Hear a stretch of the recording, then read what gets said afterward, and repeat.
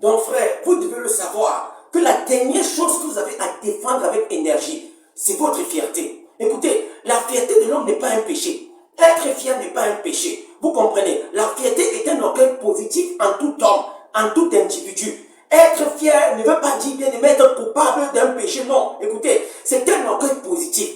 Un orgueil, frère bien-aimé, qui vous amène à vous prendre en considération. Un orgueil qui vous amène à ne pas vous vendre moins cher.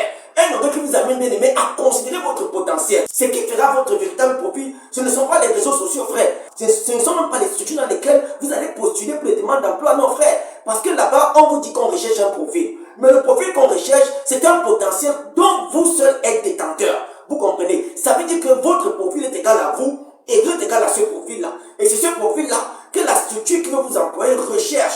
Or, si on veut bien voir, frère bien-aimé, ça fait partie de votre fierté. C'est votre fierté, frère bien-aimé, qui est comme ça, n'est-ce pas, déjà mise en gage ou encore mise en jeu pour, n'est-ce pas, booster une économie. Écoutez, frère, votre fierté est ce qui vous amènera à créer, n'est-ce pas, votre univers, à vivre de votre univers et à fuir une certaine dépendance. La dépendance de la poche de X, la dépendance du plat de nourriture du voisin, la dépendance de l'oncle et de la tante qui se sont octroyés un droit légal et majestueux dans votre vie au point de faire de vous des esclaves. Écoutez, frère, lorsqu'une personne comprend ce que veut dire la fierté d'un homme, frère bien-aimé, écoutez, on ne peut pas puiser cette personne comme la sauce qu'on puise avec la cuillère, non. Au contraire, cette personne sera comme l'on cuit qu'on ne peut pas puiser avec la cuillère. Vous comprenez, frère? Vous ne pourrez jamais vous donner pour vainqueur. Pourquoi? Parce que votre fierté est votre univers.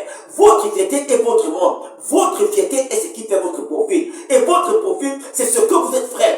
Défendez votre fierté avec la dernière énergie qui soit. Ne laissez jamais personne interférer dans votre fierté. Écoutez, frère, que ce soit à bon, à juste titre ou à mauvais titre, considérez d'abord votre fierté. Je ne suis pas en train de dire à une personne, élevez-vous sur X ou bien Y.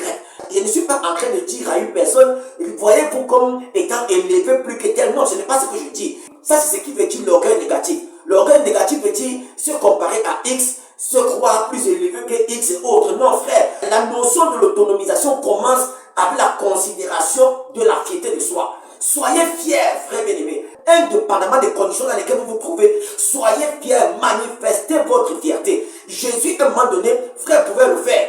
Dans le livre de Jean, chapitre 4, la Bible dit que Jésus a rencontré la femme samaritaine. Et pendant la discussion, la femme samaritaine lui dit, nous savons que celui qu'on appelle le Christ, le Messie, doit venir. Et que c'est lui qui nous délivrera de la condition dans laquelle nous sommes. Et la Bible dit que Jésus pouvait répondre en toute fierté. Moi qui te parle, je le suis. Le Christ que vous attendez, me voici. C'est une fierté, frère bien-aimé. C'est une fierté, c'est un orgueil positif. Écoutez, frère, vous avez tout ce qu'il faut pour réussir dans la vie. Commencez par considérer votre fierté. La vie, après Dieu qui vous la donne, votre fierté est ce qui constituera le restant de votre vie sur la terre.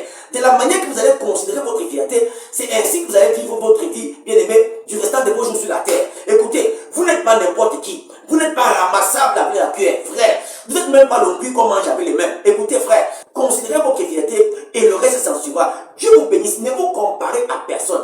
Ne piétinez personne. Bien-aimé, ne méprisez personne. Ça, c'est l'orgueil négatif. Considérez-vous attentivement et le reste des personnes vous considéreront au nom glorieux de Jésus. Vous êtes bénis.